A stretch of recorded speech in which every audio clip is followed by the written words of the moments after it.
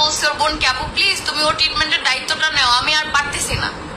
আমি বলছি যে আমি আর পারতেছি না, তুমি ওর ট্রিটমেন্টের দায়িত্ব নাও, রেখে ট্রিটমেন্ট করো, ওর ট্রিটমেন্ট দরকার। এটা কোনো স্বাভাবিক মানুষ এরকম করতে পারে না, এটা কোনো স্বাভাবিক মানুষ না, ঠিক আছে?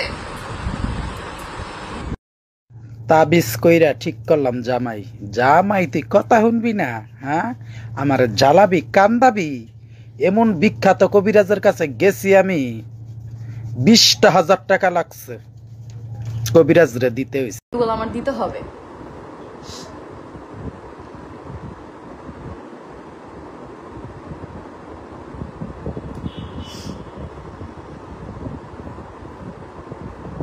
সাদিয়া তোর নাফিসা কি? ও হ্যাঁ, তোর স্ক্রিনশট তো দেখছি, তোর ইনবক্স করছে। সাদিয়ার গ্রুপ থেকে বের করে দিছে তোমাদের ভাইয়া। বুঝো যে সাদিয়া হচ্ছে আমাদের অ্যাডমিন। এই আমাদের পেজের বয়স 3 বছর, সেই 3 বছর যাবতীয় হচ্ছে সাদিয়া আর অক্ষরা আমাদের অ্যাডমিন। সেই সাদিয়ার গ্রুপ থেকে বের করে দিছে কেন? সাদিয়া আমার সাপোর্টে ছিল, এই যে বিয়েটা করতেছিল তখন, এই জন্য। এখন আলিশা কি বাবার কাছে? কেন আপু, মা থাকতে কেন আমি বাবার কাছে রেখে আসবো আলিশা? আমার কাছে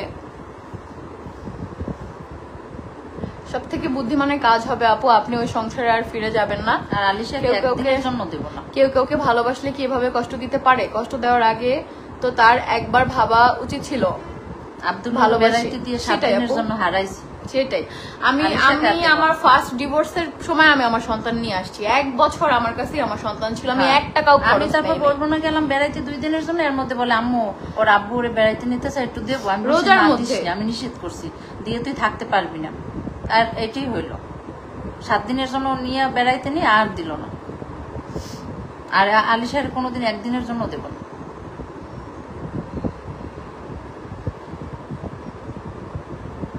আশিক জিনও কি ছিল? হ্যাঁ আপু, আমার জিনের প্রবলেম এখনো মাঝে মাঝে হয় আপু। এটা এত বড় প্রবলেম যে ধরো এখন আমার কি হয়, স্বপ্ন দেখি আমি, অনেক উল্টাপাল্টা স্বপ্ন দেখি। এটা হচ্ছে হুজুর বলছে যে জিনের প্রভাবেই এটা হয়।